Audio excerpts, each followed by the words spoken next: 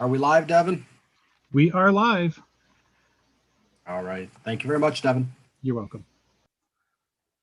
All right, let's call to order this study session for the Board of Education. Rick, take it away. Thanks, Kevin. And board members, we appreciate you coming on a little bit early this week. The study session is not something that we have used since I have been here, 15 months now. But it is an effective tool sometimes when boards need to have more detailed information and conversation in a setting that is not as formal as the board agenda, where Robert's Rule of Order are in place. A study session is really just more of a conversation and a question and answer opportunity for board members to ask of the superintendent. We have Kelly here because some of the things have financial implication, and can even toss around ideas about how to either tackle a particular subject or if it's a specific project, some of the details related. So tonight we have some things on our agenda that pertain to that. We've got the process and the role of the Building Futures Committee. Because that got paused and because now we have a couple of new board members, just wanted to go all through that process. And then we had a presentation to the Facilities Committee from the Energy Systems Group, and thought that we would give a little bit more detail about that. We'll also take some questions and answers on anything that's on the agenda that board members would like to have more discussion on. And then one of the action items tonight is to set a date for a board retreat. So we can, take some time during the work session to get out our calendars and try to agree on a date to do that. And then when it comes to the agenda item during the meeting, it's just a matter of approving that. So let's start with the process and role of the Building Futures Committee. TMP reached out over a week ago to set up a meeting to bring up to speed the newest board members. So Greg and Tony joined Suzanne on a Zoom meeting to go through that presentation. And honestly, I was surprised that the presentation was even more in depth than I had anticipated. Eduardo provided the whole slide presentation to me, and then I sent it to the full board. So it's also part of your packet for this week.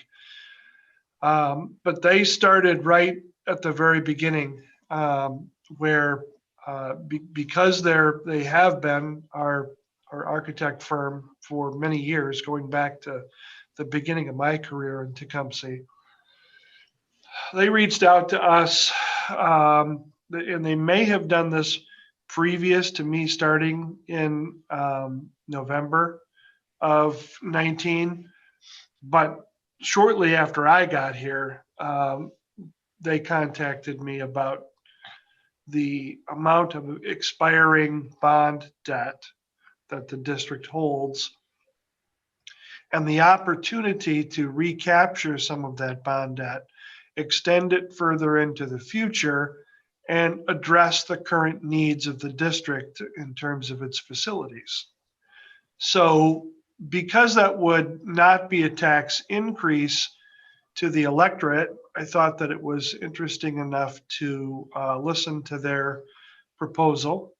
And out of that came the idea that we would gather a community-based group of people, and between Terry and I and a few others in the administration, we reached out to people who be completely new to the process, and we also included people who would be familiar with that sort of process because of things that they had done previously.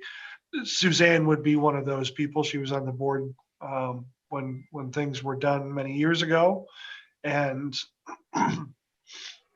she was familiar with working with TMP and their grassroots efforts with community groups. So we recruited, we attempted to recruit over 30 people. I think we sent out about 32 or 34 invitations. We ended up with around 26 or 27 members on the committee. And we started working with TMP on the process. And TMP then hosted most of the meetings and talked with the group. And then I'll jump ahead to what we did most recently with Greg and Tony and Suzanne, and they kind of gave a summary of where we are right now. So before I go into any more details, Suzanne, Greg, is there anything more that I should talk about your feelings on the presentation and where we stand right now? The presentation was fine.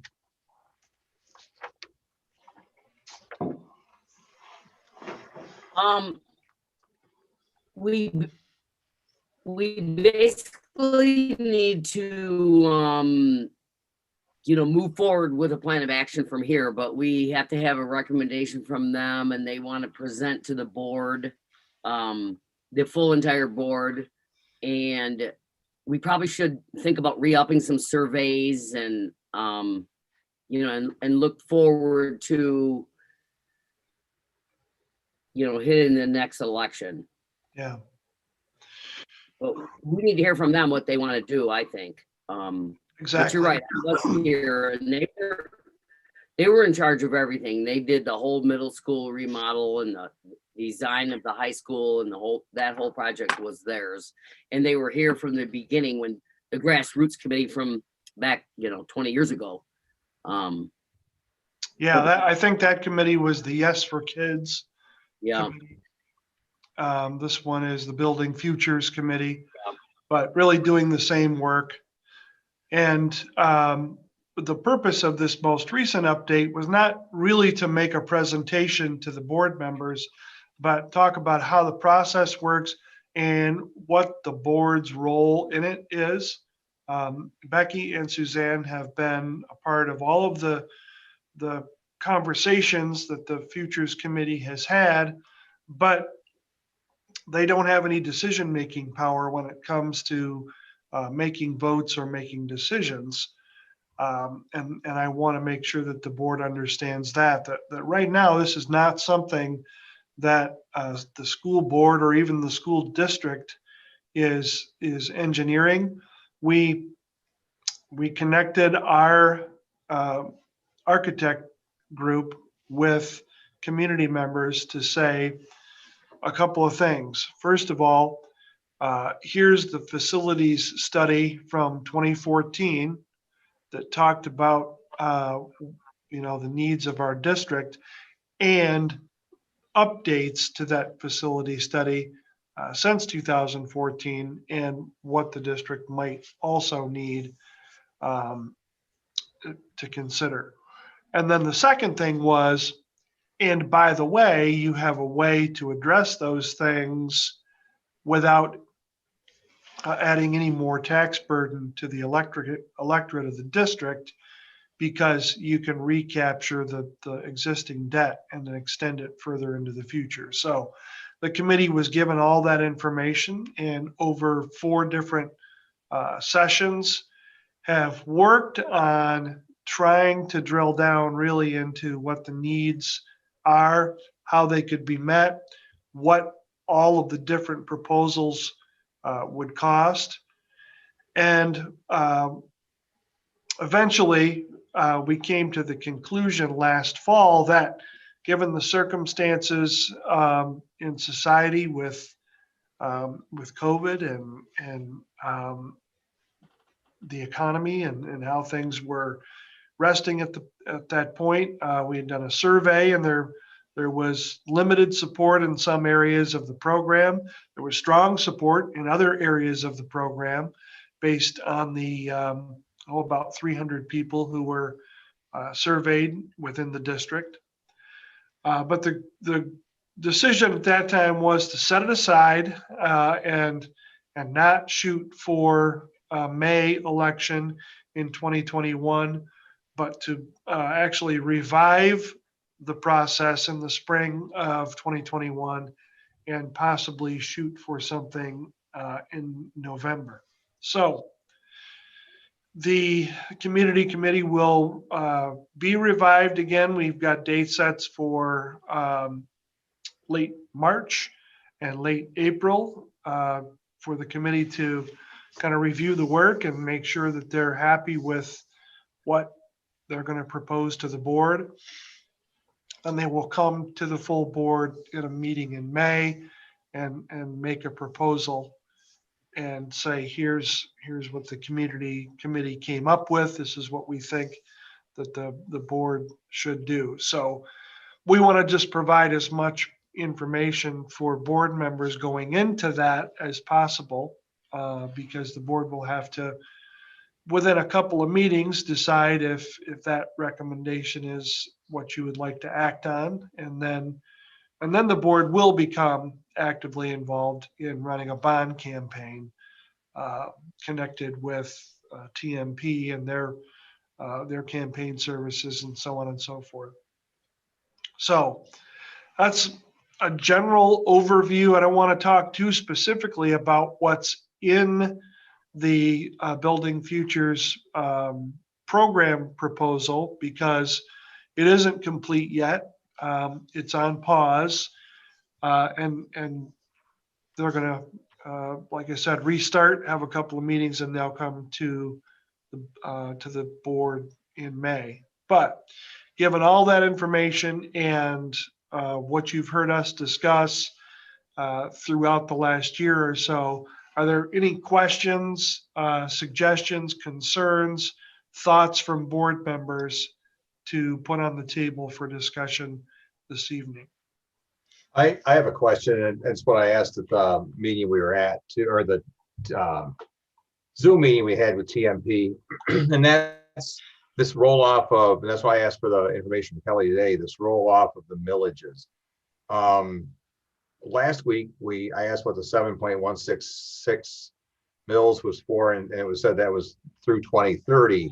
But one of the sheets that Kelly sent us today said that looks like at the end of this year, the 7.17 falls to 4.14. Is that right? And then there must be a series of, I don't know what this is, what these millages were even for initially, but it looks like some of them fall off. Is that what they're talking about, falling off from TMP? And what are they paying off? Exactly. And Kelly is listening in and probably will be able to address those questions more specifically. But yes, the bond debt that exists now in the district is a little over 7 mills.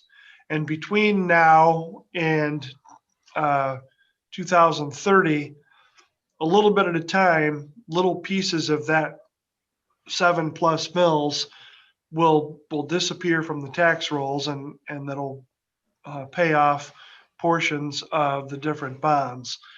Some of them are still related to the building I'm sitting in, the high school, and some of them are related to projects that were taken at all of the elementaries and the current Compass building. At that time, it was the middle school. So the bonds were implemented at different times, and therefore they expire at different times. And each of those bonds is of a different amount of mills. Kelly, any more information that you can provide? Absolutely. Kevin, would you give me the opportunity to share my screen, please? Sure thing. Let me Oh, I might be able to, can everyone see that? Yes, Yeah. ma'am. Okay. So the document you're looking at right now is what's called the L4029. Actually, it's a document the board approves every year in June. And this sets the tax mills for the next tax year period year. And if you look at this document, hold on, I gotta Kelly? move this. Kelly, Yes? could I interject for just a sec, please? Could Yes, you absolutely. increase the magnification on your screen? I can see a couple of board members are struggling to see it. I Oh, that'd think. be me. Yeah, All right. and at least one That- superintendent. All right, thank you. See that I'm nearsighted, so the smaller the better for me. Sorry about that. All right, so on this, like I said, this is the L4029. It's a document that the board approves every year in June. It sets the tax mills for the community for the year. And you can see, here, let me scroll back over. These are the existing property mills and taxes we're on. You know, the 18 mills is the regular property tax base. And then there's the heavily override, so this is up to 18 mills. There is the debt, and then there's also the pool millage. So you can see here is the 18 mills right here, these two lines.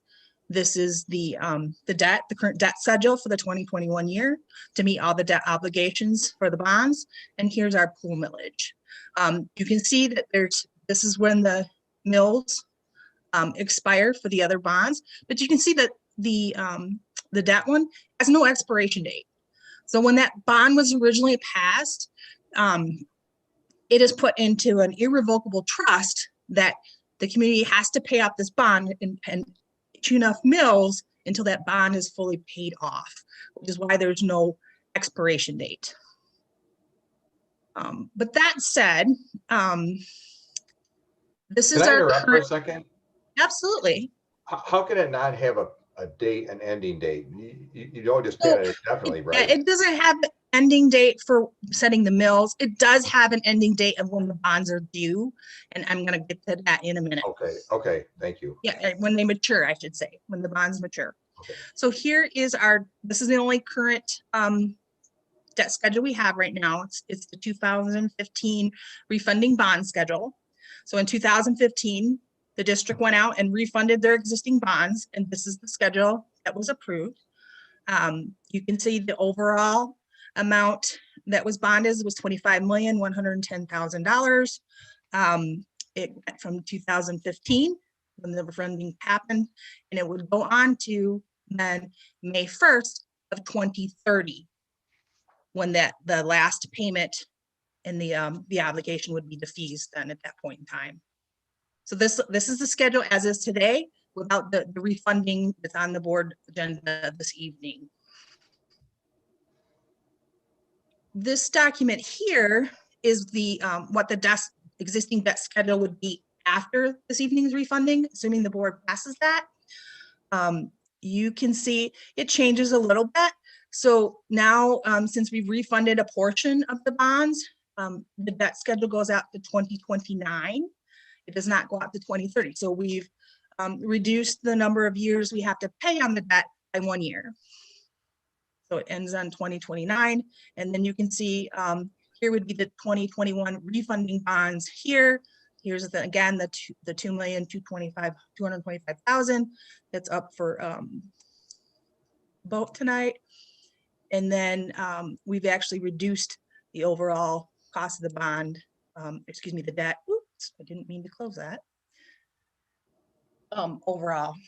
And then on the last page, and my apologies, like I said, I accidentally closed it instead of scrolling down. So give me half a second here and I'll pull it back up. There it is. Okay. And then here, this last page I've provided for the board, you can see over here in this right-hand box, this is the estimated mills it would have taken to meet our debt obligation. So currently for the 2021 year, here's our mills that was on our L4029, the 7.17, they've rounded. And then here would be the mills for the subsequent years, all the way down to the 2030 on our existing schedule. And you can see the mills, next year it would go to 4.14 and then 3.95, et cetera. After the refunding this evening, you can see that the mills for this year stays the same. The mills for next year stays the same. And then again, it starts to reduce again to meet our debt obligation. And overall, by doing this refunding, not only do we knock a year off our debt schedule, but we also have net savings of a little over $500,000. So this $551,429 is our savings for refunding. And then, that's obviously savings to the taxpayers.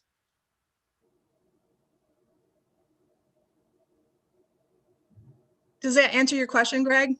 It does. Dropping off fast now. Right, and by performing, when you take action later this evening, this refunding, you can see that right now, it's stalling, but collecting more debt. And then after 21, 22, the rates drop more quickly and eventually get to zero more quickly. And that's primarily the reason for a little over $500,000 savings, which it does two things. It saves the district money. Over time, it's a responsible thing for the board to be doing. But it also gives the board and the district time to consider whether or not they want to extend the debt and create another project. When we decided to put off the Building Futures Committee from a May proposal to a November proposal, we wanted to buy a little time, and this was the smartest way to do it because it bought the district a full year to consider extending the bond, but it also saved the district money in a year worth of payment. So it was a win-win tactic, and our financial advisor was very wise to advise the board to make that move. So we bought a little time and we saved a little money.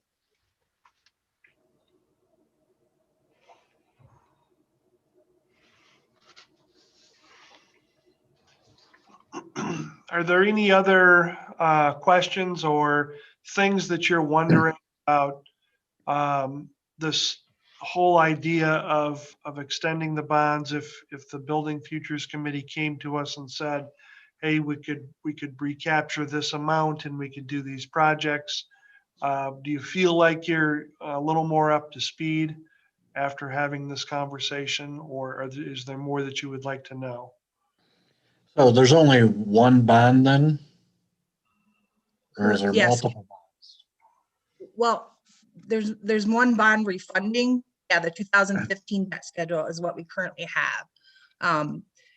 After this evening's refunding, we would actually have two.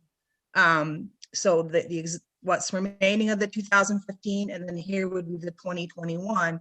And you can see that matures in 2022. So basically, it's a year.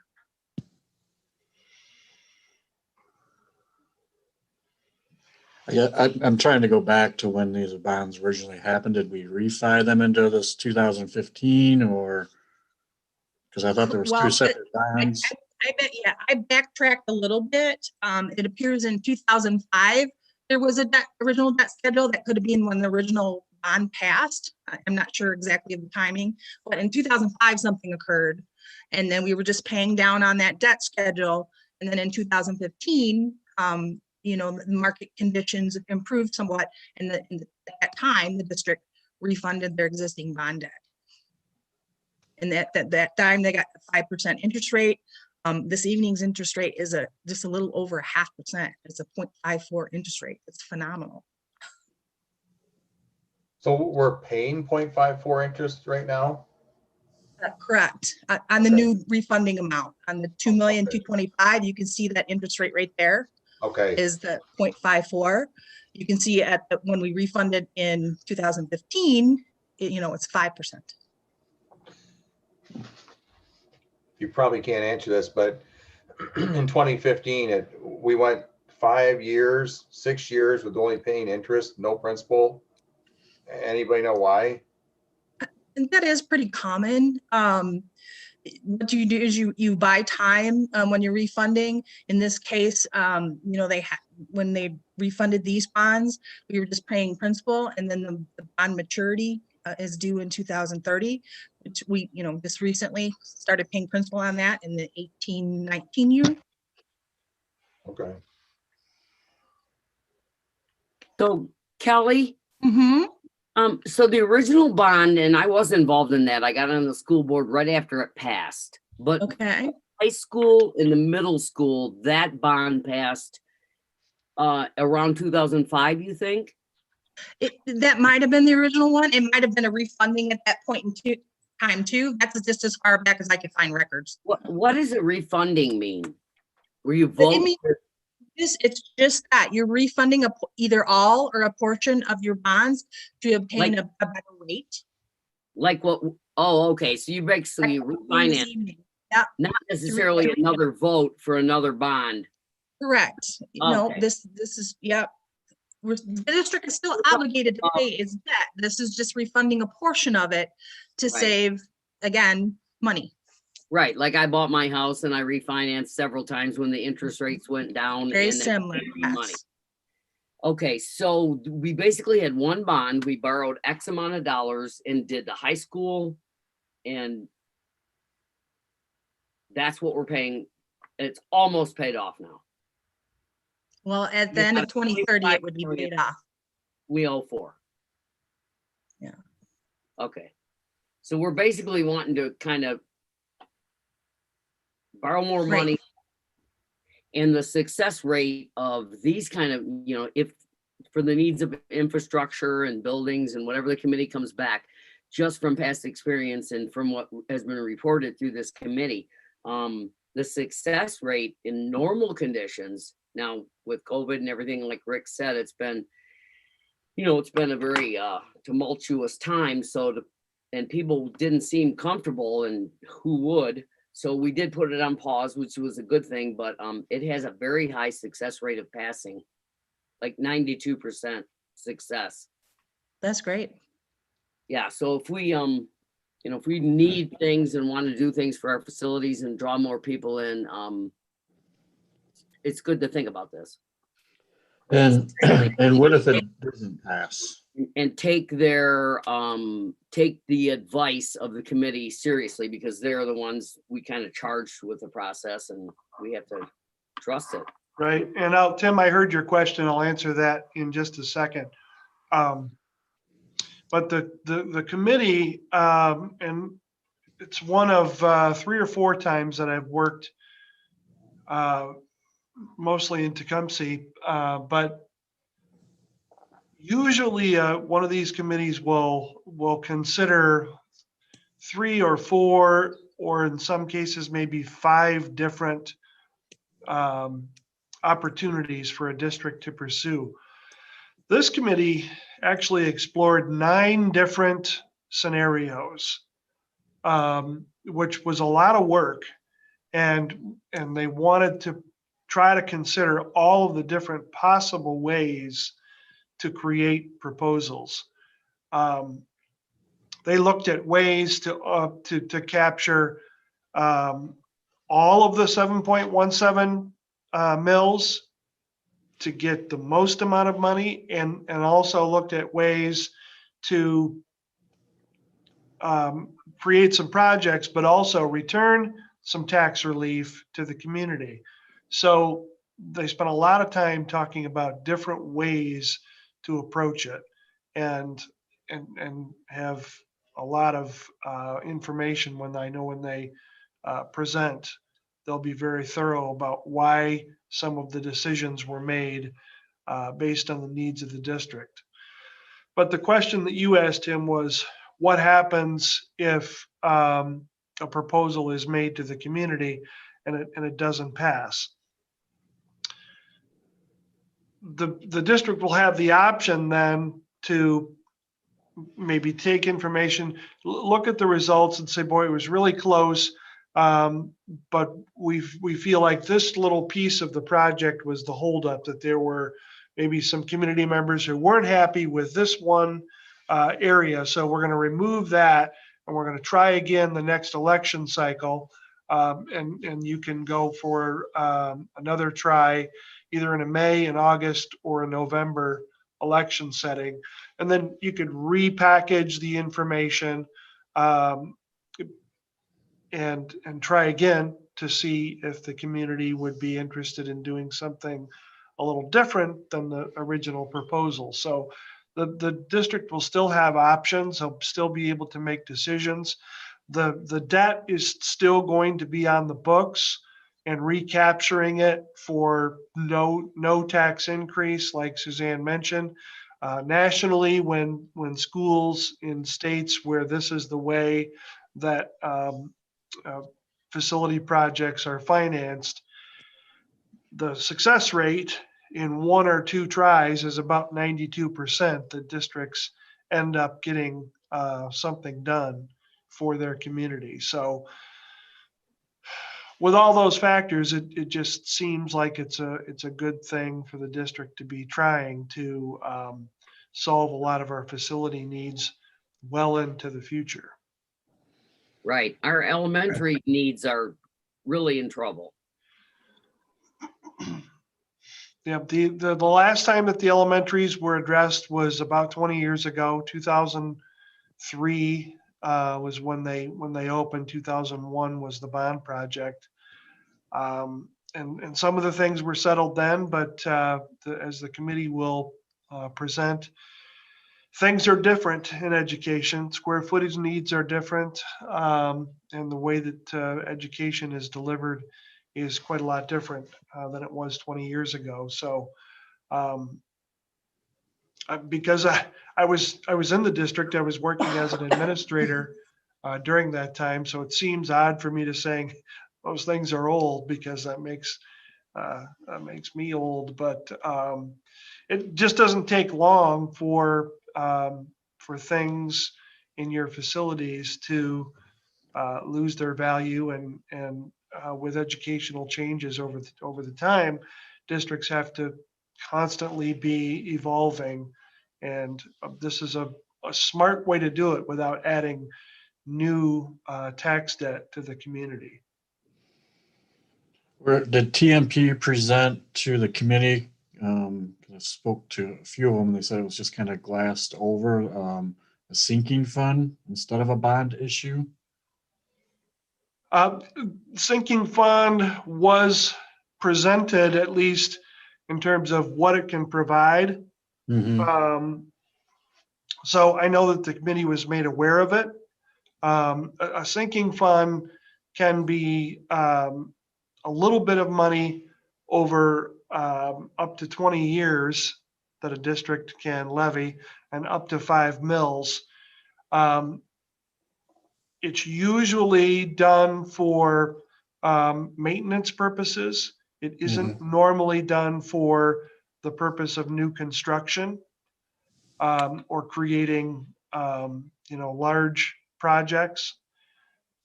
So the committee had considered that, but in their proposal, when they talk about that, they'll give explanations on why they chose what they chose.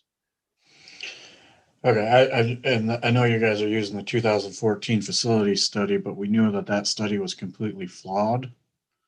So I'm a little concerned about that. We had a lot of open classrooms where they said we were full.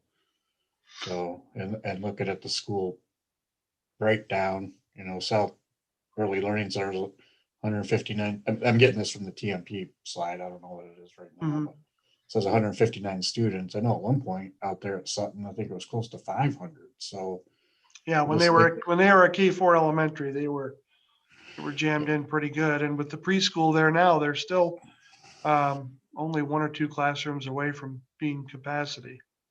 Okay. No, and I'll have to say, I was at that meeting, and I've been at every meeting, and TMP has never like glossed over or, made minimal of something. They've always been very point blank about their description between a, you know, a bond, getting a bond like what we have done for the high school, and it's totally different than a mill or whatever you were talking about, Tim. It's Well, I understand the difference. it's just for maintenance. You can't borrow the kind of money. So that's the difference, period. Yep, I understand that. So, but you can use it for construction as well and technology now too. So Small projects. You can't borrow a large amount of money. You couldn't build a new school. No, but you also don't pay any interest on it either. No, you couldn't do 5 additions on 3 different schools. Right. I'm not sure that's needed, but Well, that's your opinion, but that's, you know, that's why we got the committee to get the public opinion from what they think our schools need. And right. Well, do we still have the formula, Rick, where the state tells you how big you can actually expand or how big you can build anyway based on your projected enrollment? Yeah, that's still part of a bond project. The state does forecast your growth. And, you know, I know when we built this high school, it was built to hold 1,200 students, and we're currently under 800, so we're far under capacity. One of the things I know that the Futures Committee has looked at more so than square footage, they're looking at program and what we provide now. With the buildings that we have, we provide the program because those are the buildings we have and those are the facilities we have. So the cart's a little bit in front of the horse on that. We're building a program based on our facilities instead of building facilities based on our program. And I know that that's one of the things that the committee will talk a little bit about when they make that presentation, that trying to consolidate and reduce operational costs and bring groups together in facilities where services can be shared was an important aspect of the program that they're trying to design. And it's not based on, okay, here's what we have, so here's what we can do. It's more based on, here's what we would like to do, and here's what we need to be able to do it. And because it fits within the envelope of money that could be generated from these mills with either zero increase or actually a small decrease to the tax bill for citizens, that's where they made their decisions. it falls right into what's best for kids in our community. And like Rick said, you take all the buildings into consideration. That's what they did. I mean, I was in, you know, every meeting we had. They talked about the kids, the spaces, you know, the smaller class sizes, the need for, you know, group places for big groups to gather, the busing issues, how do you separate, because they really aren't neighborhood schools anymore. And there's a lot of thought that went into this whole process. And I got to give the committee credit. I mean, it was all I could do to keep my mouth shut. Of course, everybody knows that, but but they went through it with each other and came up with great ideas, and they had, you know, they countered each other, and they basically, they went down every avenue. Rick's right. Yeah, I mean, I'm not into manipulation or social engineering. It is not that process was not meddled with by school personnel. It was really something that the group organically came to their own conclusions And about. it was logical. It was common sense. It was. How did, I'm hearing you and I believe you, but who was coming up with the program ideas? So there were multiple ideas proposed, and then we would go into groups. By whom? by TMP. We Okay, had 9 different, so through conversation, let's start with that. Through conversation with everyone, they came up with these 9 ideas that were community driven. And so they presented those 9 ideas to us in committees. And as a group of committee, we then looked it over and discussed what most aligned with the people in that committee's thoughts. And then when we came out, we all shared what those, I think it was 6 committees found. And in going through that and numbering these proposals, it came out that there was one clear winner. There was one proposal that everyone saw the value in. But they kept And- narrowing them down. Right, Little by little. right. We'd vote and then we'd have 3, or, we'd have 9, and then we'd have 4, and then we'd have 2. But when it was all said and done, there was one that was a clear winner. And it is Yeah. exactly what Rick is saying. And it would allow for better opportunities for our students, our teachers. They'd have better availability to align that curriculum, collaborate. I mean, it was a clear winner. So that's where we were in doing the surveys.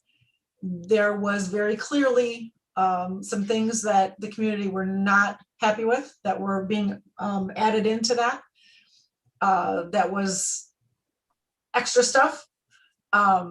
And so that's, I think, what Rick's kind of getting at there is that, we went to the community and we said, what do you think of this? And the community was like, well, I like this, but not so much that. So now you take it back to the community. You look it over again, make sure everybody's still on board with it, take it back to the community and say, okay, last time you weren't really down with this. How do you feel about this? And go from there. Yeah, the core of the program that they're suggesting, I really feel like there's majority support for. Right. There are just a few things in there that different groups in the whole group were interested in adding on to say, well, if we could capture this much to do this, then we could still afford to do these things. Let's propose it. Let's make it the whole district perspective. What do we need district-wide to settle all of the issues in all the different areas of our programs? So yeah, there are things that are more popular and things that are less popular. At least they were when in the summer when that survey was done. So Right. And could that have had some impact from COVID and the economy? Of course it could have. But there was definitely some more work to be done to see if we were going to have community support for the entire package. There were the core things that were well received. It was the add-ons that seemed to be a problem.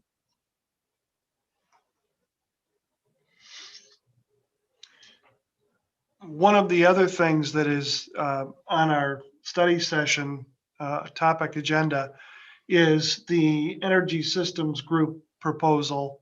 And the reason I'm kind of shifting gears to that right now is there are things within the potential bond project that could be done this other particular way. So I was going to ask, Kevin, are you the facilities committee chair? I am indeed. So just give a quick overview of what we heard from the group that we talked to last week and how that might impact some of the decisions the board will make on facilities. All right. The Cliffs Notes, the really short Cliffs Notes version is they are is it performance contractor, Rick? I believe Performance that's the term bonds, they yes. use. Yeah. So what they do is they look at our district and they do an in-depth study of it, of our energy usage, of our buildings, and they find areas where we're out of date, where we're inefficient. And they guarantee that when they get done, we're going to do the improvements we were going to do anyway eventually. but we get them all done, but they're paid for by the money we save doing the improvements. And they actually guarantee that we're going to save whatever money they say we're going to save. Now that's the Cliff's Notes version. I believe in the board packet, in fact, I'm positive, there is a much longer version of it that breaks it down with some examples of, in fact, let me look here. I don't want to go through and have to share the whole thing here, but in here, they'd have the examples of where we could save money, how it works from a legal standpoint in the state of Michigan, and it explains it much better than I ever could or should try to. But in a nutshell, we have areas that our buildings are out of date on. They're inefficient. We have things we're going to replace. Whether or not we replace them now or later, they're going to be replaced. So they brought this this presentation to us so we could look at it and see what they have to say. Now, when you talk about replacing things like boilers and roofs and things like that, that is something that we need to hear from probably our facilities director a little bit more on. Mhm. And when it comes to the money saved, we probably want to hear a little bit more from Kelly on that to see how the finances work out. But if everyone has read that PDF you had from the presentation, it does a pretty good job of showing us what they have for us or what they can provide. Right, and one of the things that I took away from that that really helped me understand better what they're trying to do is the square footage cost. When we talked at the end of their proposal about just the square footage energy costs for the current high school and campus building, it was around $1.70 a square foot, and they're proposing getting us down to around $1.10 a square foot energy cost annually. So significant savings right there. And what a performance bond is basically is that a district borrows maybe a couple of $1 million, implements these changes to become more efficient, and then over 10 or 15 years, you pay back that loan with the savings that are generated from the efficiencies.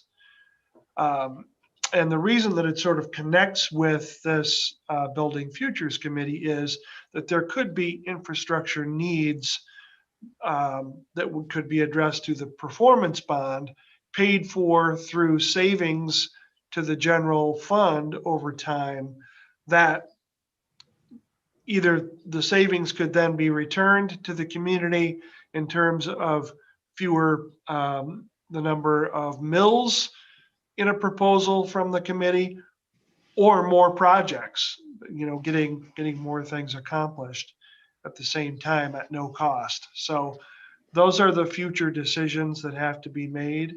But I think the fact that the board is interested in looking at all those things just demonstrates your financial responsibility. And I think that it's important that the board consider all those potential options. Is there a timeline on the one you're talking about, Rick? The performance bond, I mean, they have their timeline because, they want to start things. So they would like us to move quickly, but we don't have to do things. The board can continue to study and ask questions and try to solve problems. They would ideally like to be 2 or 3 meetings away from an agreement. But we're not, the district has no reason to move quickly. There's no advantage to it for us. Would they work together with TMP? I mean, I think it's a great idea. I don't want to, I'm concerned that we commit to doing something for a particular building and then maybe we're not utilizing that building that same way. Exactly, So and that was that's when I mentioned the 2 buildings, what will become the middle school and what is the high school. We were clear with them that we're considering some bond projects that may not utilize every one of our properties, but we're very confident that those two properties would be here Okay. in as a part of that. So I think the group was more specific to those two properties to definitely consider, and then maybe consider the other places as well. And that's dependent on how things go with the Futures Committee and what their proposal entails. But yes, this group would have to consider where we might be going with future projects and a bond. In the PDF that You're right. came your way, it broke out the high school and the junior high school separately. They gave us both scenarios there. I don't have John, it. you had your hand up. Yeah, I think before we dig too deep into this, we should at least reach out to TMP and get their thoughts on, what effects this could possibly have on what they're trying to do. So just if we haven't done that already, I would suggest that we reach out to them and just give them a heads up of what we're doing so they can, direct us in the right direction. Right. Yes, and right now we just have a presentation to one of the board committees. And that board committee is going to make a report tonight. The board can decide if it wants to add it as a discussion item for the next meeting. And that would be another step toward decision-making. But yes, if the board decides that it wants to hear more as a discussion item, that would be the appropriate time to say, hey, TMP, consider this. If we created performance bonds to address these issues, how would that then impact what the Futures Committee had planned in their proposal? And then they would have to alter that proposal based on that information. Right, but This is also a process that requires that we post it for bidding. So it's not a quick, we look at stuff, we make a decision. This process requires that if we decide to go down that avenue, then we're going to have to post it to get competitive bids on it before we can move forward. So it's Right. not a quick process. wait a minute. It's also new construction, so so it's fluid. So they figured, well, they might need this amount for mechanical, or they might need, and then we'll add this much more for roofing. And so it's kind of, you can get this much money on your bond, and we think you can do this many things with it based on other projects from other schools who have done similar things. But the specifics of it don't get done till the end.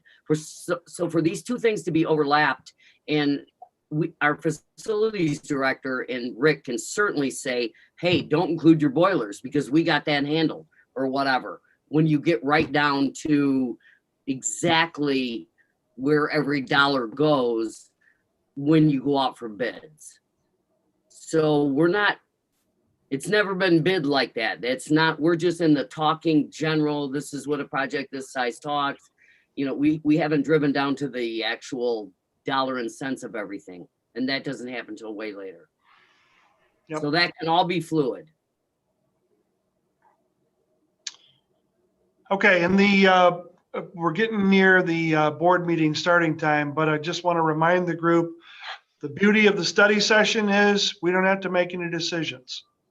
This is just an opportunity for everybody to ask questions and maybe even start wondering new things that will generate more questions. So I hope you have found it to be a valuable tool to gather information and generate new ideas. I'm glad that we talked about it because there were some things that people were wondering that I didn't know people were wondering. So that's been a benefit. But I do want to, if I can, Kevin, move on because I quickly want to mention board retreat. Terry had some ideas about possibly a Saturday, like in the morning, 9 to noon or something like that, where we could spend even more time focusing on some topics. Is a Saturday board workshop a possibility? And if so, what does everybody's calendar look like? That's I would, fine. But if that's we how we can, used to do it. if we can do something after April 15th, I can do it. If it's before April 15th, it doesn't matter what day it is. I probably won't be able to do it. Any day that ends in a Y is bad. Yeah. How about April 17th, John? No. You said anytime after. All right. Well, I Anytime don't think- after a week for me to, regain consciousness. Okay,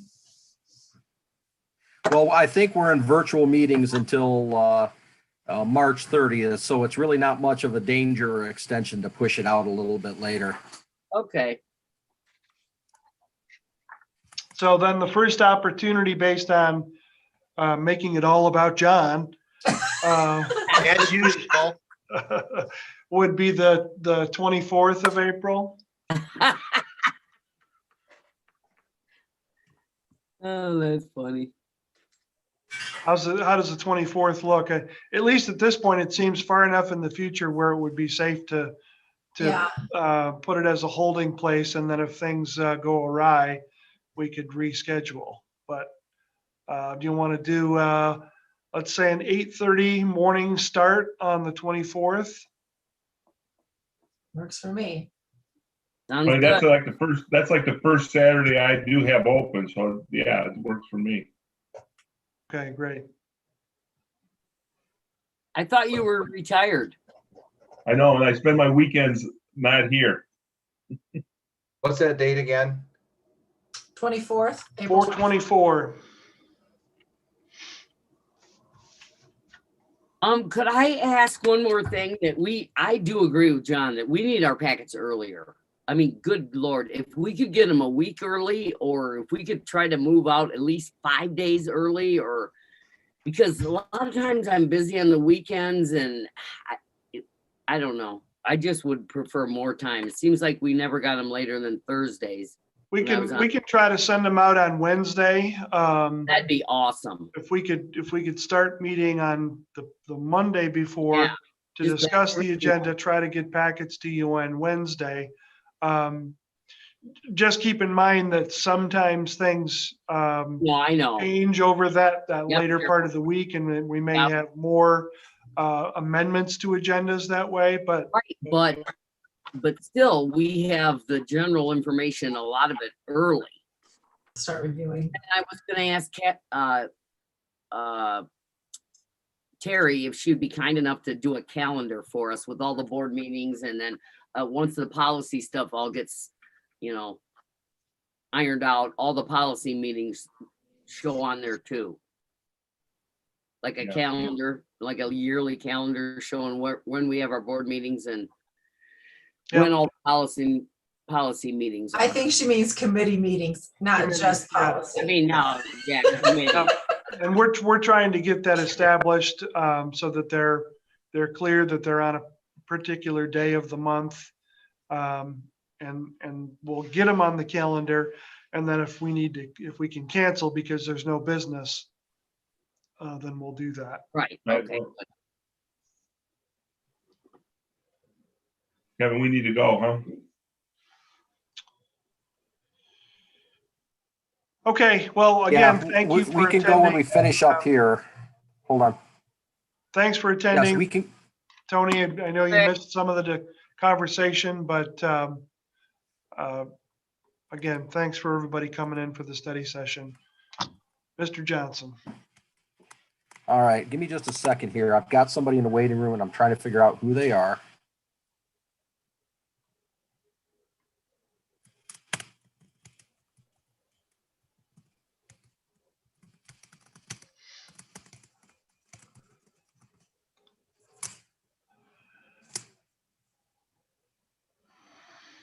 Okay, I can figure that out as we move forward here.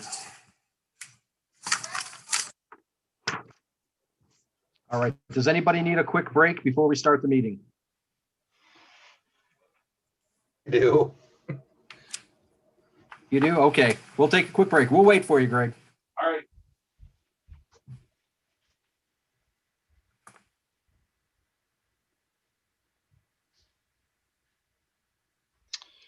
Linda, Linda and Sophie and Caitlin, thanks so much for jumping in. I know joining another Zoom meeting is not anybody's particularly fun activity, but you've all made accomplishments that we wanted board members to be able to specifically congratulate you on. So we'll do that right at the first part of the agenda after the Pledge of Allegiance, and then you'll be able to go about your business. And it shouldn't take long. So bear with us, be just a few more minutes. Thank you. Hey, John, are you missing anybody? Were you expecting anybody else? Me, John, or John Benzing? Oh, sorry. Yes. You, John, in the left corner.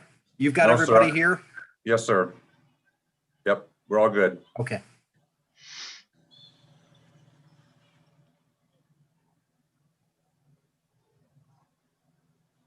Okay. Looks like Greg is back.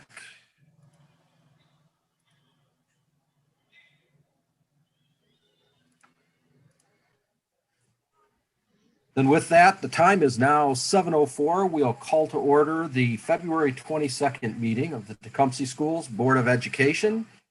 Please rise for the Pledge of Allegiance, led by Miss Becky Brooks.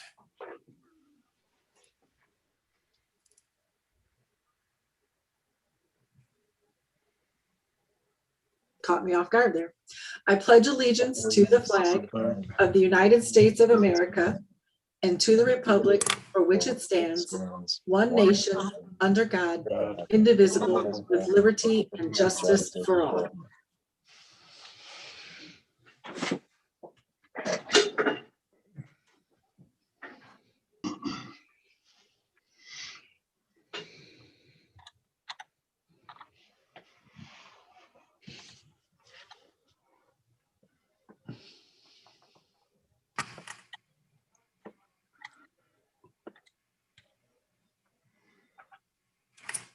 Thank you, Becky. First up tonight, we have good news, recognition of THS student athletes. Yes, John Zajac is here. There it He's got two speaking parts this evening. But first, we wanted him to feature three young Tecumseh athletes who were honored for their achievements this season, and they are our good news tonight. John. Yeah, we love doing this. Love highlighting our kids. We'll start with the youngest one first. Linda Hensley is a junior. She's a swimmer. She placed third in the state in a 200 individual medley, placed sixth in the state in the 100 freestyle. She was all state and first team all SEC. And, she had a pretty rough year because they had a lot of time off before the state finals, right, Linda? We had 5 kids actually qualify for the states, and Linda was the only one that wanted to swim in it. It was pretty tough for the kids because they had to stop swimming. I believe it was a week and a half or 2 weeks where they couldn't swim. So even with that time off, Linda placed third and sixth, which is amazing, outstanding, and she's a junior. So hopefully look forward to her doing the same thing and maybe not improving on that next year. So that was Linda. Linda, why don't you wave? Thank you. Thanks, Linda. Congratulations. Thanks, Great Linda. job. Next, we have Caitlin Knapp. Caitlin's a senior. She's a cross-country runner. She placed 15th in the states this year. She was academic all-state, all SEC, counter run of the year. Caitlin, was that 4 times in a row or 3 times in a row you were counting run of the year? That's 3 times. 3 times run of the year, yep. And then Caitlin's continuing to run at Iowa. So she'll be running at Iowa, be a Hawkeye next year. So Caitlin's a great kid and looking forward to see what she does in college. Congrats, Caitlin. Thank you. And next we have Sophie Whelan. Sophie's a senior. Sophie's a golfer for us. Sophie was all SEC. She was all county. She was a state qualifier. She's planning to attend Western Michigan University and hopes to golf in their golf team. So Sophie's a great kid, known her for a long time, and just happy to see her on here. And she's in my office, I think. Good job, Yes, Sophie. I am. Thank you. Congratulations. Thank Great you. job, all of you. All 3 of you. Congratulations. Congratulations, ladies. Yep, and we had numerous, outstanding fall athletes individually, but these 3 rose above not only just their conference level, but at the state level, and performed extremely well for Tecumseh and for themselves. So congratulations, ladies, And thank you for joining our meeting. I'd like to say congratulations too, and I did graduate from high school with a very nice little girl. It was a good friend of mine named Linda Hensley.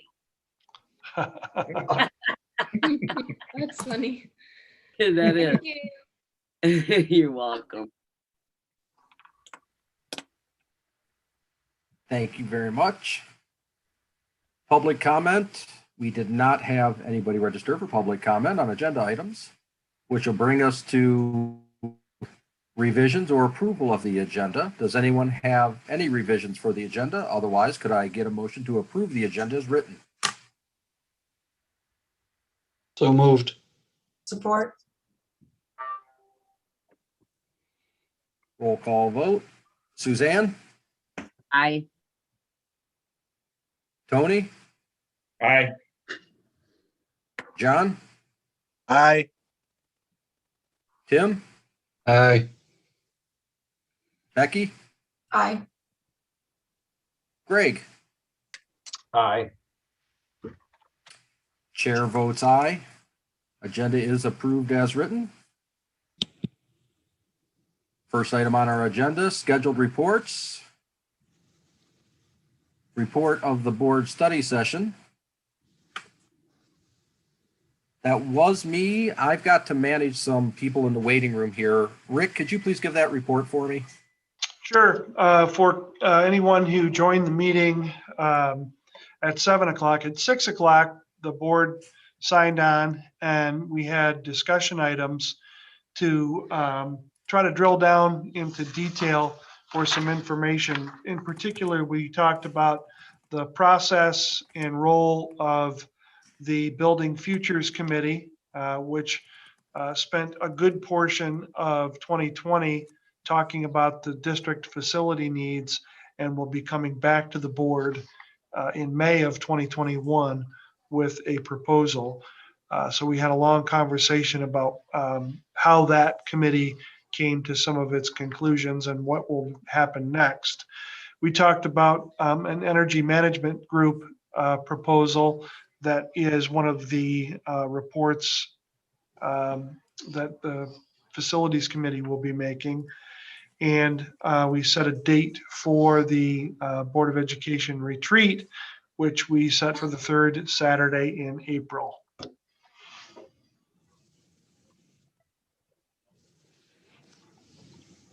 All right. Thank you very much for taking care of that. Next scheduled report was the board facilities and ground meeting. That one is me. We had a short meeting. It was a presentation from a performance contracting group who has some ideas for us to save some money, get some repairs and upgrades done. The board discussed that a little bit during the study session, and we're going to discuss it a little bit more at a future date. We also had a very brief discussion about the reorganization plans for this fall. And it sounds like everything's pretty much in order for that. At least I don't think we'll have any problems. It should be easily handled. As far as the physical move goes, we feel pretty good about it.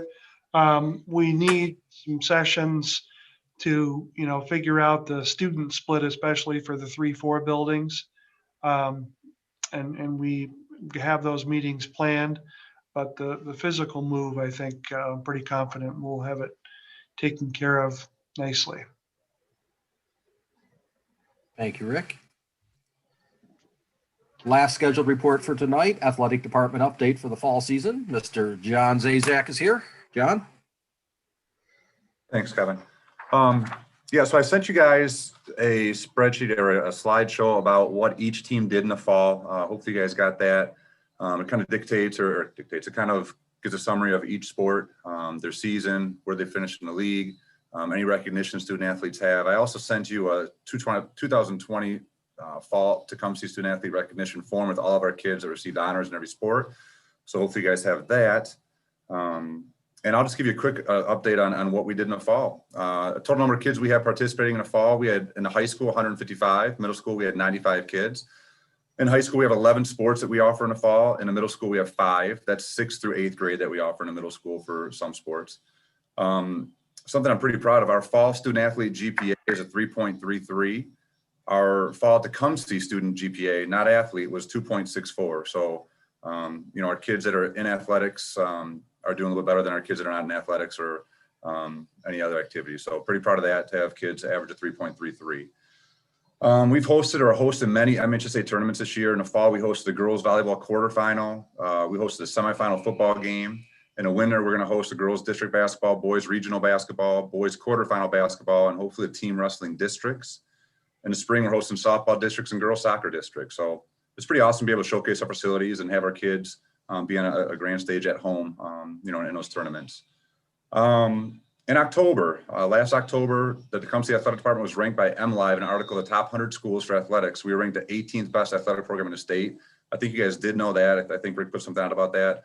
Last year, we were 22nd. So we moved up 4 spots to 18th. Doing a little research, there's 1,701 public schools in Michigan. 1,701 public schools in Michigan, and we were ranked 22nd. So very, very happy, impressed with that accomplishment. I think it speaks volumes about our program's vision, culture, and dedication, our student athletes, by our coaches, teachers, parents, and community. We have a lot of support here. Our coaches do a great job. Teachers are great supporting the kids, helping the kids out.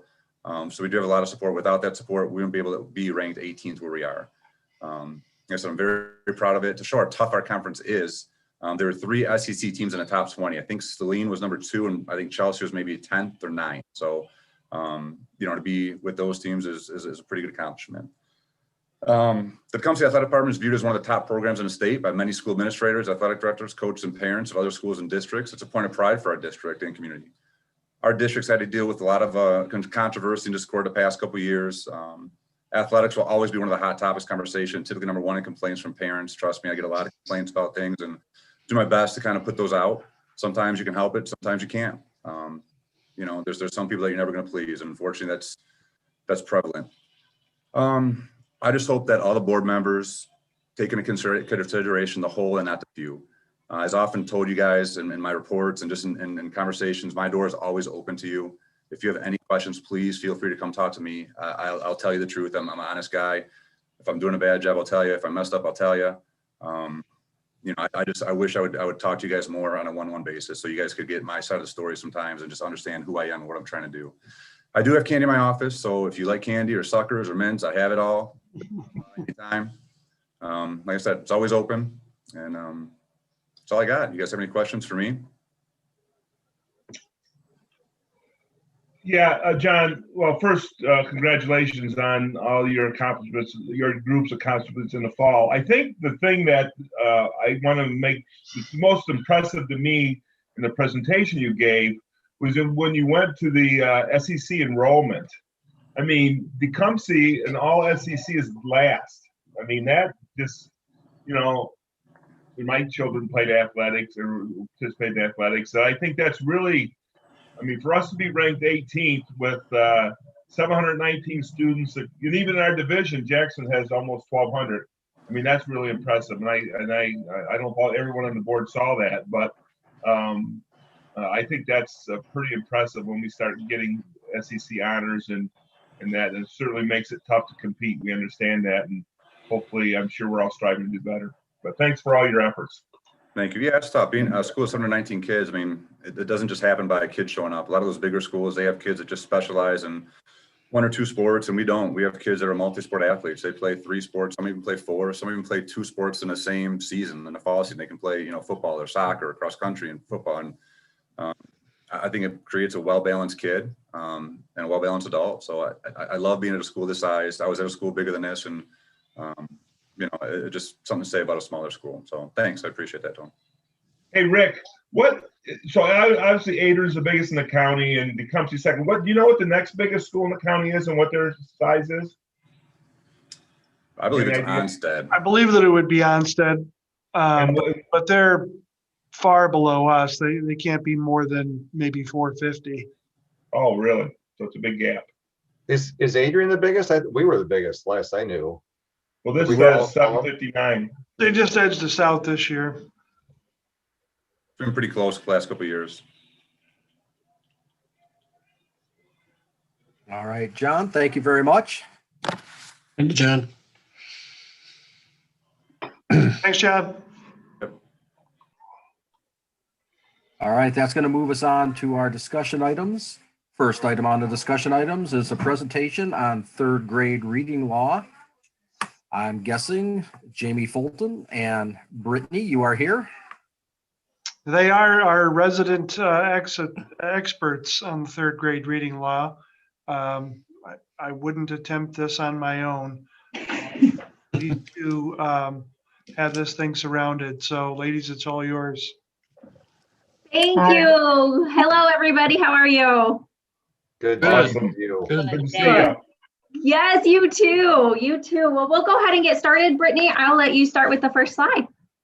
All right. Let me, am I able to share the presentation? Hopefully. Yep. Awesome. I'm going to just leave it like that so that I don't lose things on my computer. So I'll go ahead and get started with our first slide. Just what is the read by grade 3 law? And in 2016, the Michigan legislature passed a law that requires all third grade students who are more than 1 year behind on their grade level in reading are subject to retention and additional supports to improve their reading level. The law is in full effect this year. It was supposed to go into effect last year, but with COVID, it was pushed to this year. So it is in full effect right now for this year. There's a waiver that's been submitted, but it hasn't been approved. So we're just going on the assumption that it is going to be enforced this year. The law states that students will be subject to retention, but it does not say that they have to be retained. There's a whole process that they go through involving their whole team here at the school. And then the superintendent will make the final decision on that for each of the students that are subject to that retention. And then the parents are a key part in improving their reading scores. So we provide all of the parents of those kids that we've identified with a read at home plan every year with ways that they can support their reading. In the fall, we have to give all students in young 5s through 3rd grade an approved initial assessment within the first 30 days of school. Then that gives us an idea of which kids might be struggling with reading at that point, and then we can give them other assessments and start off with supports for them. And TPS this year is using Edmentum for our initial assessment and Fontes and Pinnell for the extensive assessment in 1st through 3rd grade. Dibbles is the initial assessment for kindergarten, just because doing Edmentum on the computer with kindergartners isn't a good idea. And then we use Fontes and Pinnell as that extensive for kindergarten as well.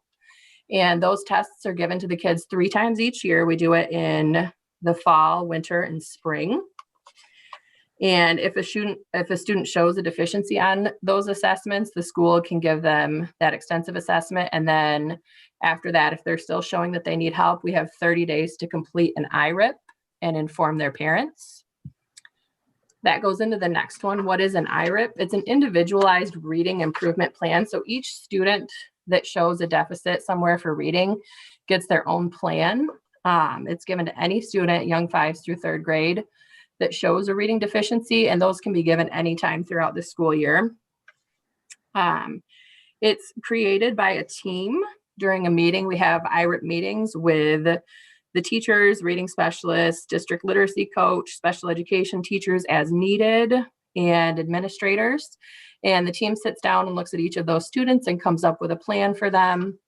The purpose is to discover which interventions that we're going to do with each of those kids, get that written down in the plan, who's responsible for what. And then we progress monitor that and check in every 6 to 8 weeks to see how the kids are doing on their goals, if they need a new goal, or if we need to do something different to help them. They can be exited from their IRIPs throughout the school year. So if they're making excellent progress, they get up to grade level, then we just exit them and they no longer need to have that IRIP. And all of the things that are in their reading plan are in addition to their classroom ELA instruction. So they still get everything that everybody else in their grade is getting for reading, plus extra on top. And I think it's important to point out about this law that it was put into effect a couple of years ago, but Tecumseh has been doing all of these things for years anyways.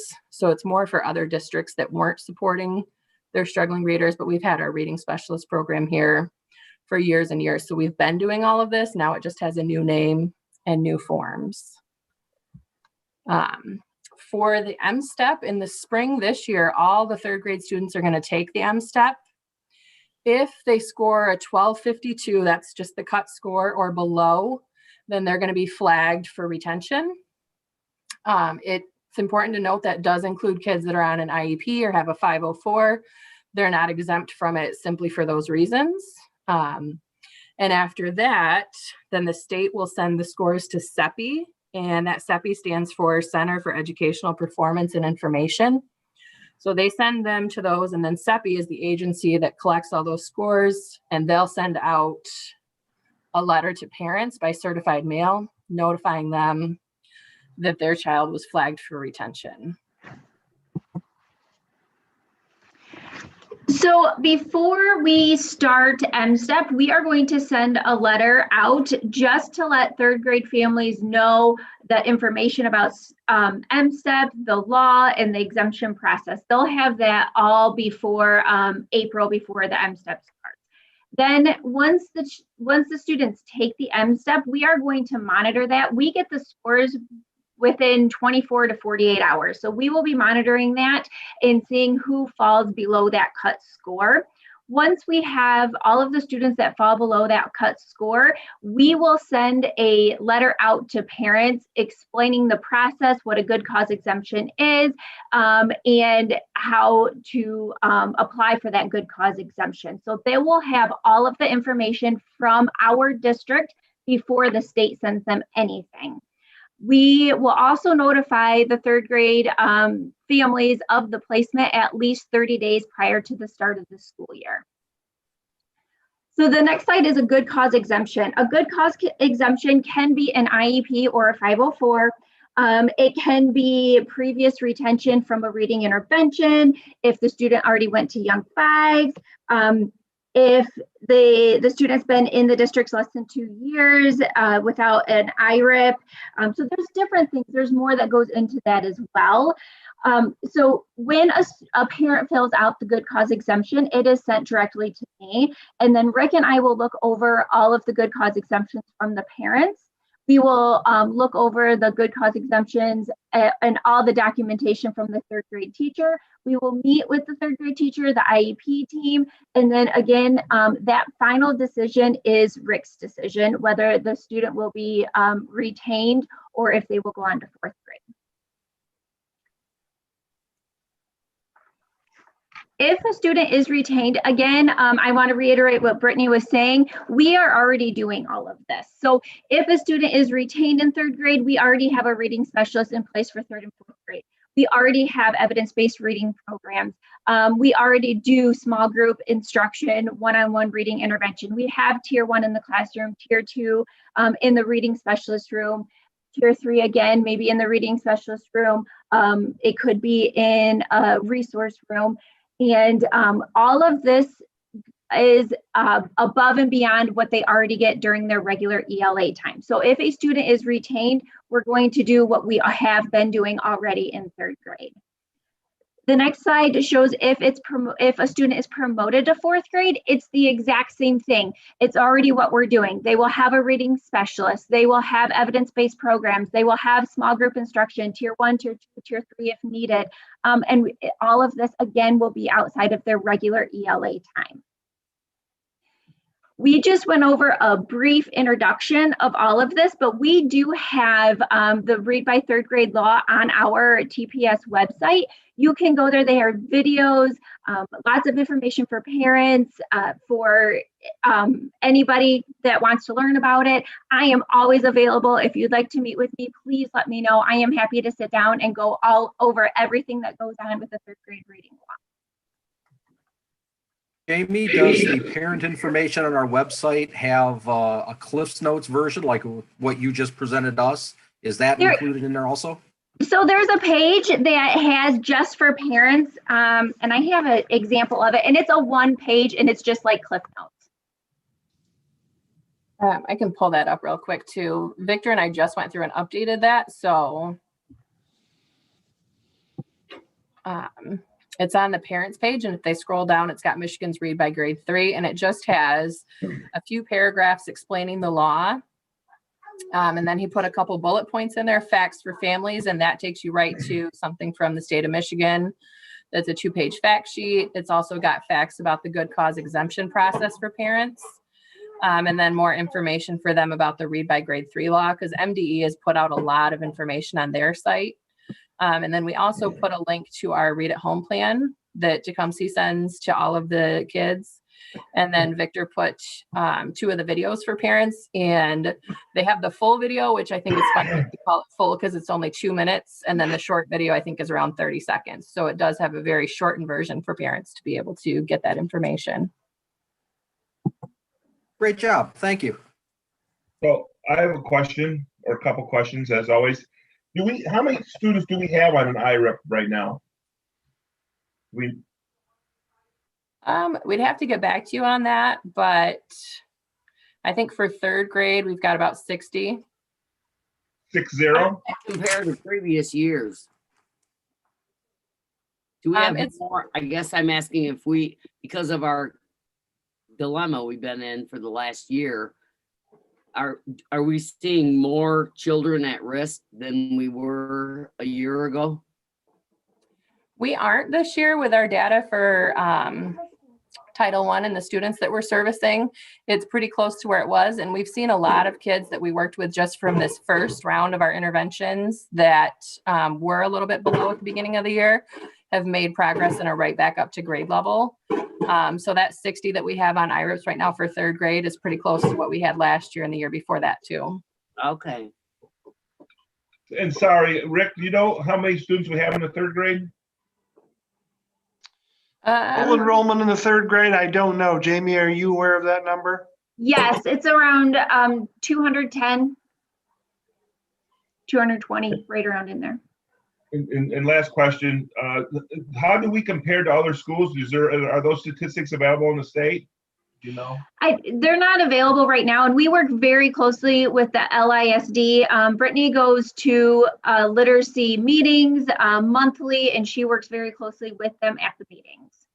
And so when we were going through all the 3rd grade reading law, we've been doing it for years. At the meeting, we go through letters together, we talk about it, with the IRIPS, we make sure that they're all together that we're all using the same thing. Thank you. And the 3rd grade reading law, the law itself is a little older than implementation. Last year was supposed to be the first year of full compliance, and that was COVID interrupted. And I guess there's a chance that full implementation could be interrupted again this spring. The legislature could say hold off on implementing those decisions. But we're prepared. Like I said, Brittany and I didn't mention when she started, Brittany is a reading specialist at Compass. And clearly from this presentation, you can see a pretty well-prepared reading specialist.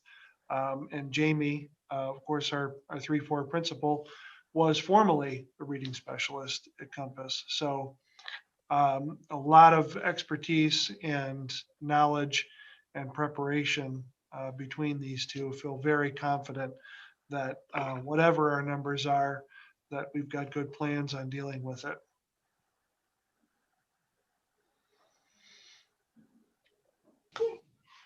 Thank you. Thank you very so much for having us. Thank you. Have a great night. You too. Thank you, ladies. Oh, there they go. All right, that'll bring us to our discussion of the extended continuity of learning plan with two-way communication reporting. Rick? Okay, that information was in your packet again for the month. The only change that I'm recommending in the plan is just another step down in how we're approaching quarantine.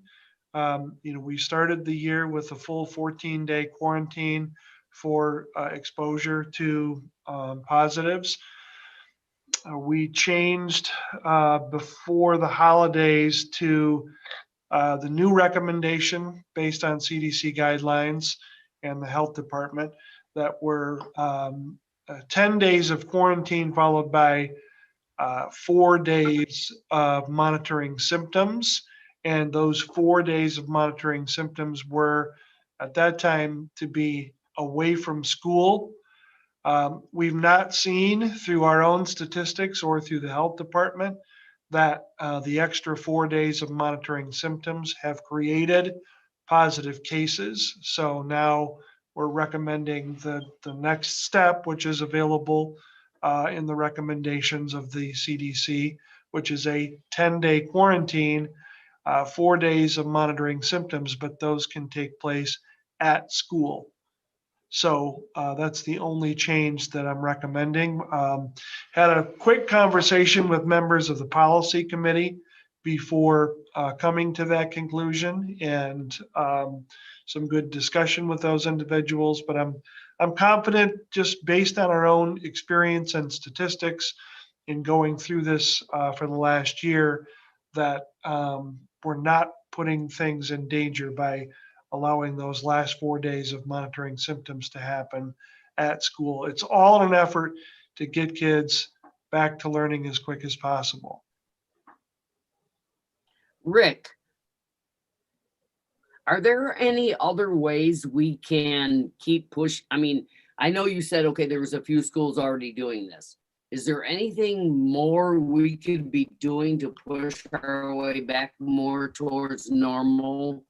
Because, we're not seeing good success here in Lenawee County, and it's safe for us to do so. The next step down in the possibilities recommended by the CDC is a 7-day quarantine with a negative test after day 5. The PCR test is still taking about 72 hours to come back. So there isn't a lot of advantage of stepping down to that right now. If we get to the point where those PCRs are coming back in 24 hours, then maybe we'll make that recommendation. But right now, I think the 10-day away from school quarantine is both safe and advantageous for our kids to be able to get back to school. And I kind of meant that more of an overall statement, like with the mask mandates and the social distancing. And I mean, I would just hope that we're moving towards what science does and what we've been proven to loosen things to get back to, as close to normal as whatever we possibly can. Yeah. And my statement on that, just as Rick Hilderly, Earthling, not superintendent, is get vaccinated. Everybody gets vaccinated. We have the best chance to return to normal more quickly. So that's how I feel about it. Rick, the 10-day quarantine, that's 10 calendar days, not 10 school days, right? 10 calendar days from the date of first symptoms. So depending on how the weekends fall, it still might be 11, 12 days. But it's 10 calendar days.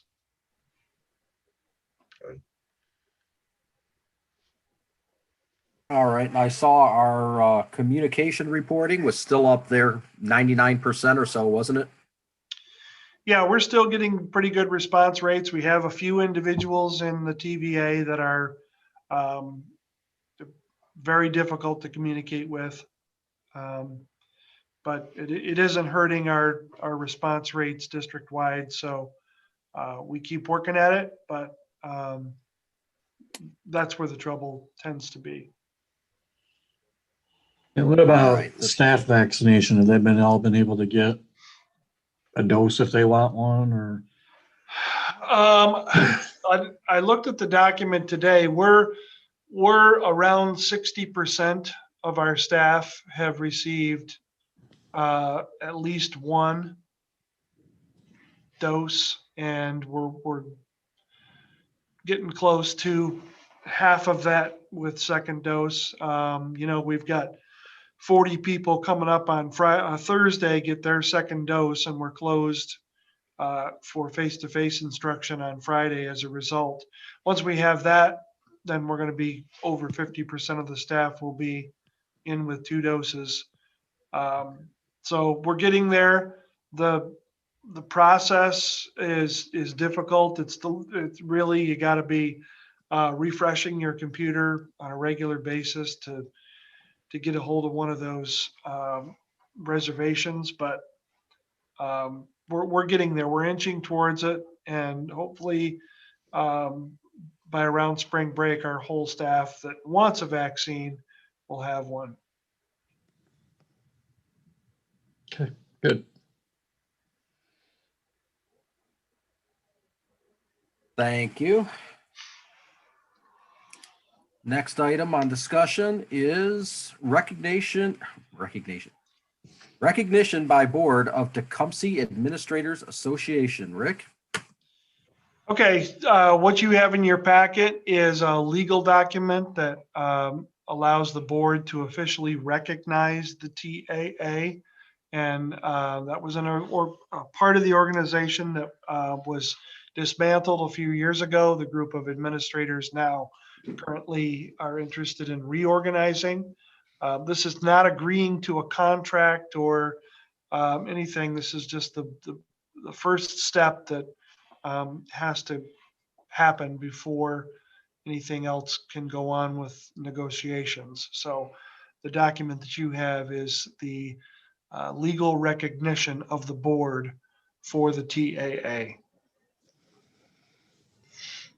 And it'll come up again. Is it coming up tonight?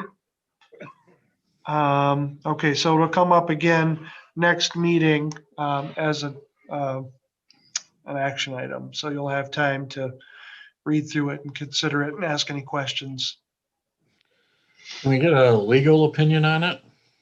Well, it was written by Troon, and the lawyer for the TAA who represents that group, his name's Gordon Gregory. He's worked in the state of Michigan for administrative groups for, I remember hearing his name back when I was a teacher 25 years ago. So he's been around a long time. I gave permission for that group to communicate with Lisa Swem from Troon, who wrote the original TAA agreement. And this is the document that was provided by Lisa from those discussions. But that's just the document. I mean, should we at least talk to them and say, what's the pros and cons of doing this or not doing this? This is their recommendation. So, if you want to take it further before, maybe have a discussion before taking action next meeting, we can certainly set that up. This is just saying that they're becoming an organization, right? Correct. We're recognizing them so that we could then enter in to either contract negotiations or an employee manual of some sort. But before any of that can happen, the group has to be recognized by the school board as an association. And this document establishes that relationship. John? We already went through this with Lisa Swam on a Zoom call several meetings back, and I would not be in favor of spending any more money on legal fees to have this document revised or reviewed for 100th time. So I'm just putting in my opinion. I don't think we need to have this reviewed again. It's been reviewed multiple times by multiple sources, and it would be a waste of money to do it again. Well, I think the document we're talking about tonight is just the resolution to recognize them. Now, when we get to the actual contract, we're all going to be able to sit down and read the contract, come up with any questions, and then those questions, if there is enough questions, confusion about it, it might warrant a one-on-one, But if there's questions, Potentially. we could probably put those questions forth and get a opinion letter. And then we can just discuss them in closed session with the opinion letter and avoid having to pay the personal appearance fees, which I think is what you're talking about here, really. Yes, yes. Right. Yeah, So, because I this think we need- document, the document that we're talking about tonight has already been reviewed and written by our own lawyers. It has. And again, So this is discussion on that document, not decision-making. So, if there are issues that you want to have worked out, we can do it before the next meeting. It doesn't necessarily have to include a face-to-face meeting, but it can. And the document tonight is just the resolution recognizing that they have assembled as an association or a group, not the Right. contract with them. Certain hurdles that they had to cross, they had to each sign the waiver document that I think is attached in your packet as well. So these are just the legal steps that have to take place before the board can create any kind of an agreement with the association. They have to recognize it first. That's what this establishes. Tim, did you have questions about the resolution recognizing them or about the contract that comes later? No, it was more or less labor law, because I'm not sure under labor law, if you recognize them, then you must negotiate with them. And I know, Rick and I had a conversation between the two of us, and I know Lisa Schwinn said she wasn't in favor of doing this kind of thing. So I thought maybe we ought to get more of a legal opinion on labor law here, because I don't know. I'm not a labor law person. And I don't know if we recognize them, that means we have to negotiate or Right. we don't, or I don't know. I'm not a lawyer, so I just, And Well- what Lisa told us was that Troon is typically more interested in establishing groups that have guidelines instead of contracts. But she has told me that this step, this recognition allows for whatever the board decides they want to do, whether it's a contract or an employee handbook, however it gets addressed. okay. Now, absolutely, any questions we have about the resolution itself, yes, let's forward those on to Troon and get the answers. And if there's still questions about the answers, then we're going to have to end up with a one-on-one and an appearance. But let's go with the email, the questions, put them forth through Rick, have him assemble them and put them onto the attorney's office. And let's get those first, take it step by step.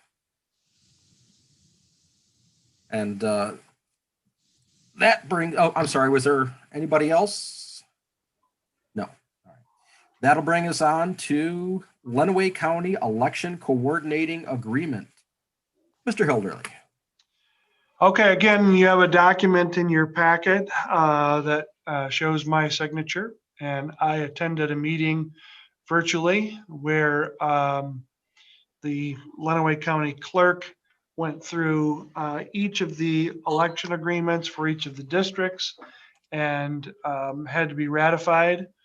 I can admittedly say that I understood very little of it, but I know that it was something that the district had to have representation for, and our agreement was ratified. So it's something that now has to be discussed and then will come to the board for action later on in the meeting.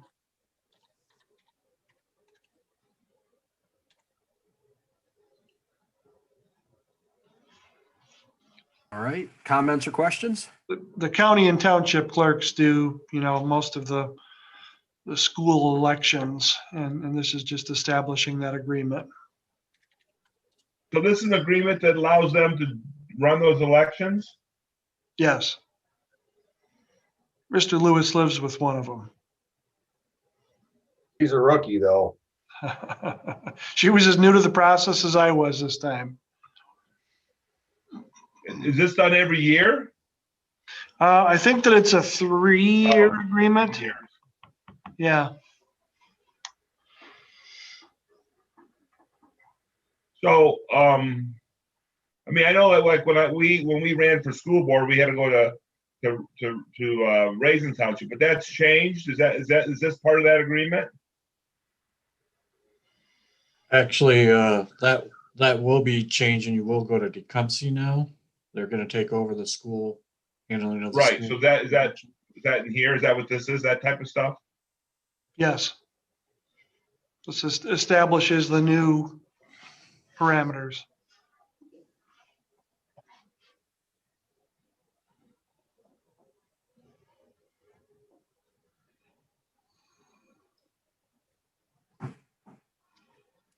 Okay.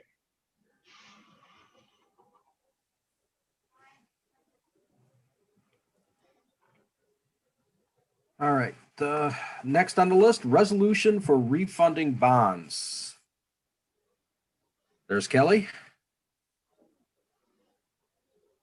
Hello again, board. In your packet is the legal documents for the bond refunding. Obviously, I'll answer any questions if you have. The only thing I do want to add, we actually had during the bid process for the bonds, we actually had 5 respondents, and the interest rates varied anywhere from the 5.4, which is what we're recommending this evening, to 1.57. But I was real pleased with the number of responses, and obviously very pleased with the ending rate that the district is going to receive.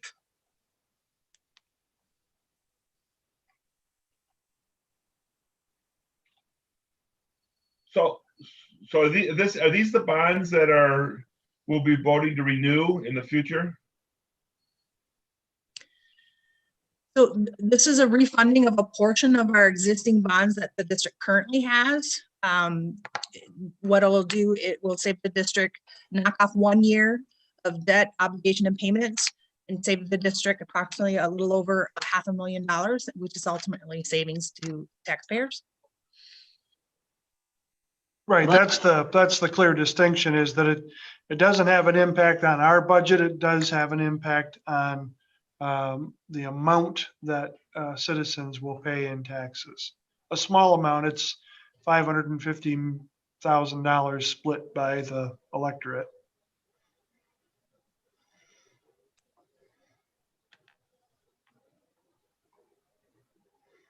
But yes, that's the bond money. That's what So we when do these actually expire? When do these bonds actually expire? Is it in here? Yeah, so if the board did not pass the refunding this evening, these bonds would expire, the last payment would expire in 2030. After the refunding this evening, it would expire or mature in 2039, or excuse me, 29. So 1 year early. 1 year Right. earlier. Like refinancing at a lower interest rate. Yes. So you get it paid off earlier. Correct. Got it.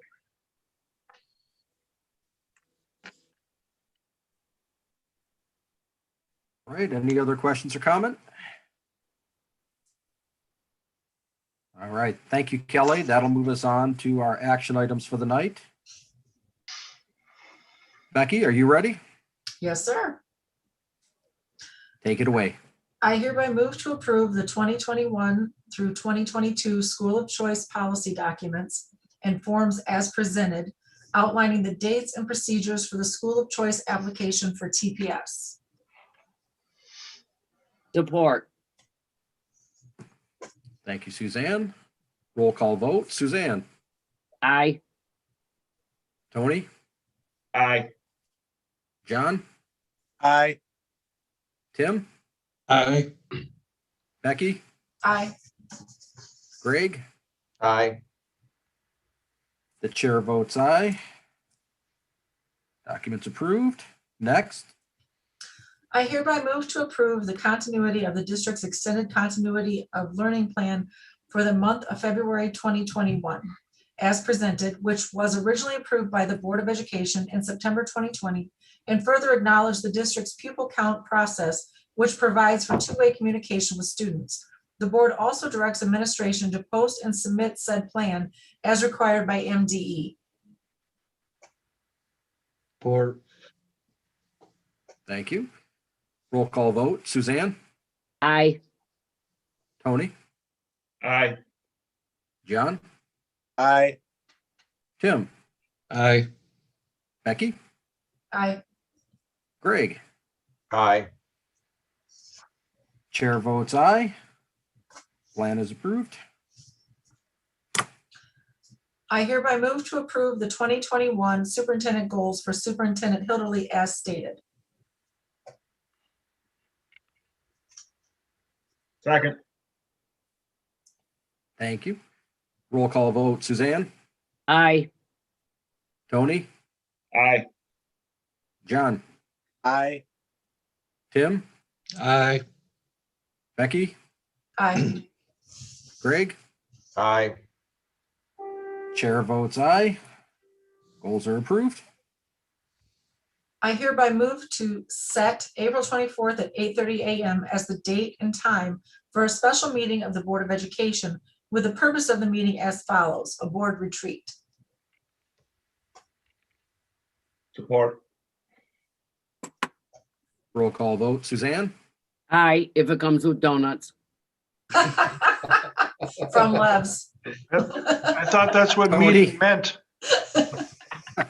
Aye. John, Aye. Tim, Aye. Becky, Aye. Greg. Aye. Chair votes aye. It's a date. Next. I hereby move to approve the Lenawee County Election Coordinating Agreement between TPS and Lenawee County Clerk for the period of 2021 through 2024 with terms, conditions, and responsibilities as outlined in said agreement. Support. Roll call vote. Suzanne, Aye. Tony, Aye. John, Aye. Tim, Aye. Becky, Aye. Greg. Aye. Chair votes aye. Agreement approved. Lastly, I hereby move to approve the ratifying resolution regarding the $2,225,000 2021 refunding of bonds as prepared by legal counsel on the district's behalf, and further authorize administration to proceed with submitting and filing the required documents for this transaction. Support. roll call. Suzanne, Aye.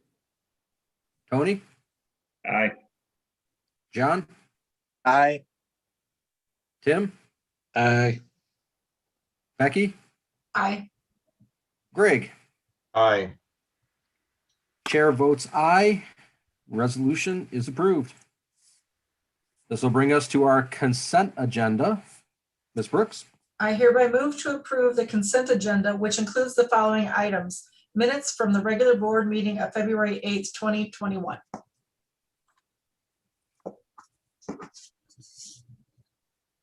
Support. Tony got you on that one, Suzanne. That's fine.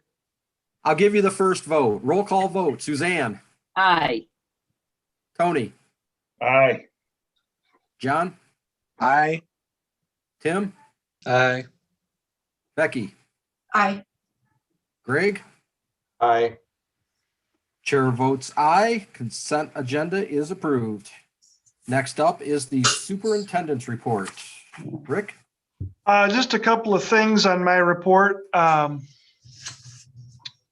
We want to establish a date, at least for the foreseeable future, for two of our board committees, facilities and grounds and budget. Facilities and grounds will meet on the third Wednesday of the month at 5 p.m.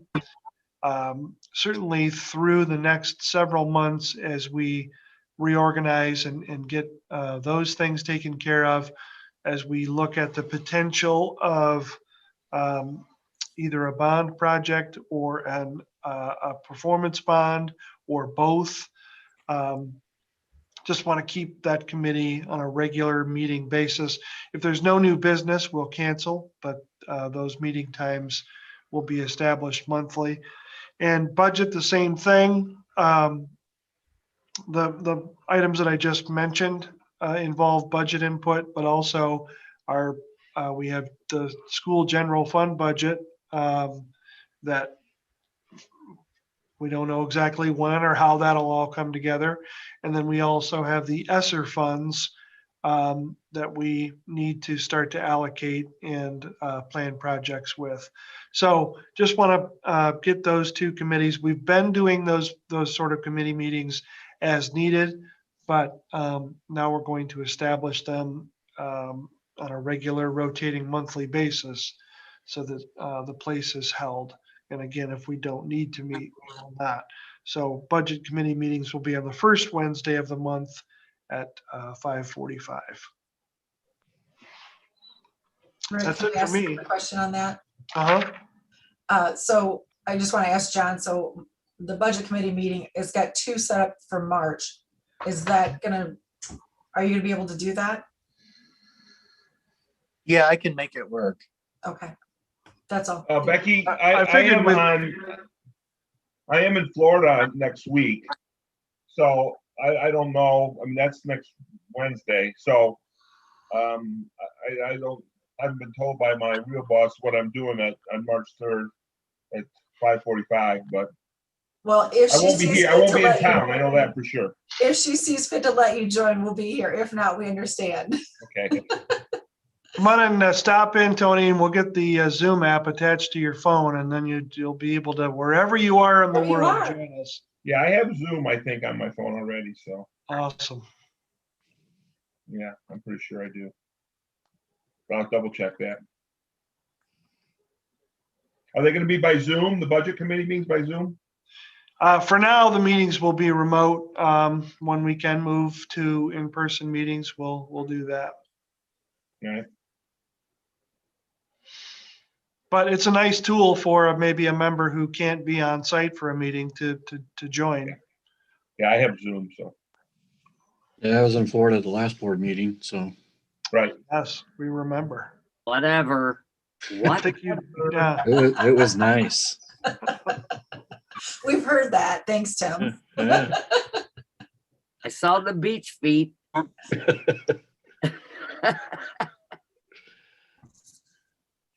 Okay. All right, I'm sorry, did I talk over someone there? Okay.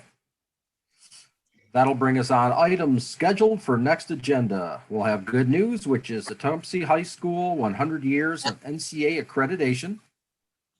Discussion items will include the monthly finance report, the policy committee meeting for the 8,000 and 9,000 series policies, curriculum committee meeting. Action items will include resolution by the board to recognize the TAA. That moves us on to our regular meeting closing. We did not have anyone contact us for public comment on open items. Board member comments and discussion. Any board member comment or discussion? All right. We do have a closed session tonight pursuant to 267 of 1972 to consider material exempt from discussion or disclosure by state or federal statute, attorney-client privilege information. Could I get a motion to adjourn to closed session, please? I'll So make a moved. motion. Go ahead. We'll give support to Greg. Becky will get the motion. Roll call vote. Suzanne? Sorry, I. Thank you. Tony? Aye. John? Aye. Tim? Aye. Becky? Aye. Greg? Aye. Chair votes aye. Let the record show we are going into closed session at 8:02 p.m. Let me get the breakout room up here. Breakout rooms.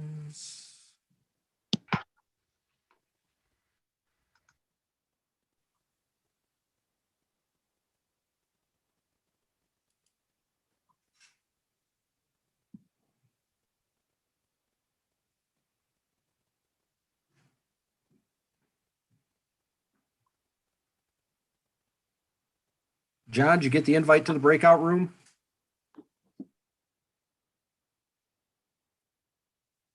All right.